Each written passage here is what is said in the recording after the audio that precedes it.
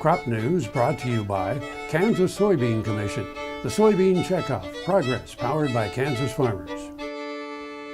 Good morning and welcome back to the show. We're at the 2013 Kansas Soybean Expo here in Topeka. We're joined by Gary. It's good to see you again. Good to see you. Thanks. I got to talk to Gary before we came on camera. Actually, we were talking, having some muffins earlier, and asked him if things had kind of slowed down for him, and not really. They haven't really slowed down for you yet. No, it doesn't seem like it. I thought returning to department head would allow me to recapture a little more of my life, but I'm still waiting for that. Exactly. You are the department head for agronomy at Kansas State University, and we appreciate the time that you spend with us. And when I walk in a room, people see me and sometimes they run, and Gary, you never run from me, so I appreciate that. The relationship between the university and Kansas Soybean Commission and Association, it's a win-win for both, isn't it? Absolutely. And I think it touches on all three of our mission areas. If you look at the education or the academic side, we're training professionals that serve the soybean industry in many different ways, producing experts that can advise growers on production practices, as well as support the seed companies with technical expertise and sales expertise. And if you look at extension, our extension programs, of course, support soybean growing throughout the state and all the challenges that come with that. And then on the research side, we get a significant amount of funding from the Soybean Commission that allows us to breed for soybeans and improvements in varieties that are released, as well as study a lot of the production challenges that come along with it all across the spectrum, diseases, insects, as well as soil fertility problems and issues related to limited irrigation, heat tolerance, all the challenges that you might expect with soybean production. How do you guys stay on top of things? Because let's face it, year to year, growing seasons, year to year, there's always a different issue.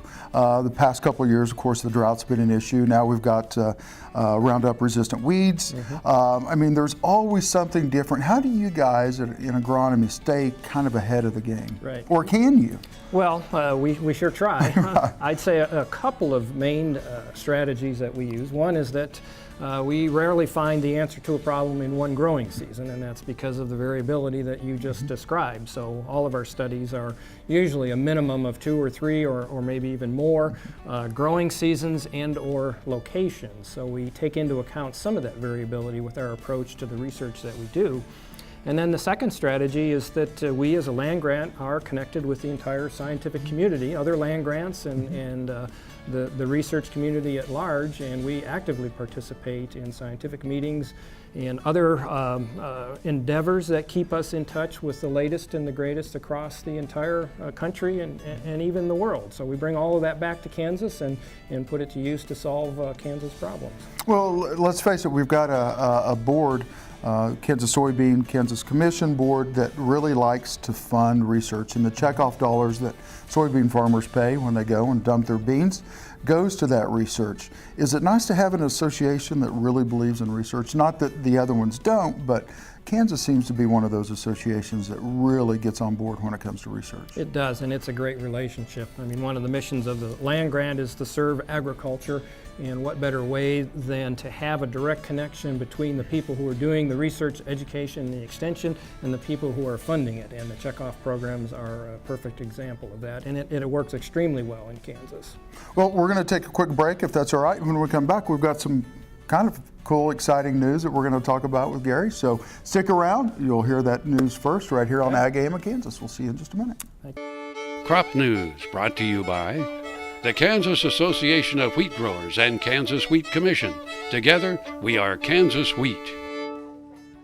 Thanks for staying with us. Gary, thank you for staying with us. You're welcome. Agronomy, some really kind of cool things are going on. Why don't you tell us about that? Yeah. Well, our most exciting project right now is that we're early in the fundraising process for an agronomy education center that will be located at the agronomy farm, which is just north of the football stadium for those of you who know Manhattan and maybe come to some football games.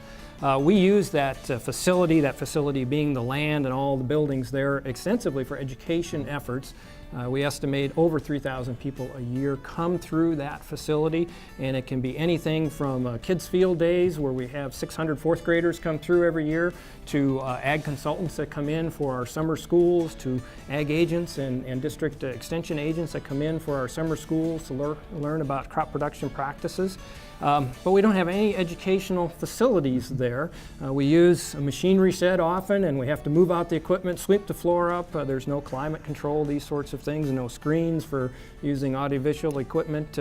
So we really like to enhance that educational mission by having a building that's dedicated to educational activities. So it'll be kind of a small exhibit hall so we can bring in equipment if we want to, but at the same time it'd be nice enough to have a meal in there if we wanted to do that for a larger group. A couple of small classrooms, climate control, restrooms, that sort of thing, to really enhance the educational mission. It'd be sited close to a lot of the demonstration plots that we use for all of these activities, the crop gardens, the strips that we use for the field schools and other things. So it'll be the perfect complement to our mission there at the agronomy farm, close to the main campus, easy to get to for us, easy to get to for people who are visiting campus, and we're really excited about the possibility of doing that.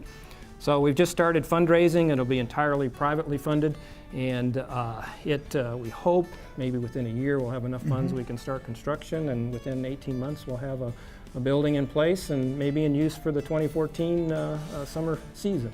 Well, I can tell you, you guys make the most out of the lease that you have there on that property, and I'm saying that as all due respect. I always come out to the July field tour and spend time out there during the field tour, and you guys do make the most out of what you have out there, and I agree with you. I think having something like that continue the growth right there on the corner next to the stadium will just add to what K-State's doing. I think Kansas State is unique in the sense that we have some of our research and extension and teaching facilities are field-based facilities close to main campus. And we consider that to be vital to our mission because for the purposes of teaching programs, for example, a lot of classes use those facilities. And being a mile or so from the main building, we can get out there and back within a 2-hour laboratory period for formal coursework. If we were 10 or 15 miles outside of town, that wouldn't be possible. So our students greatly take advantage of the fact that we have that proximity.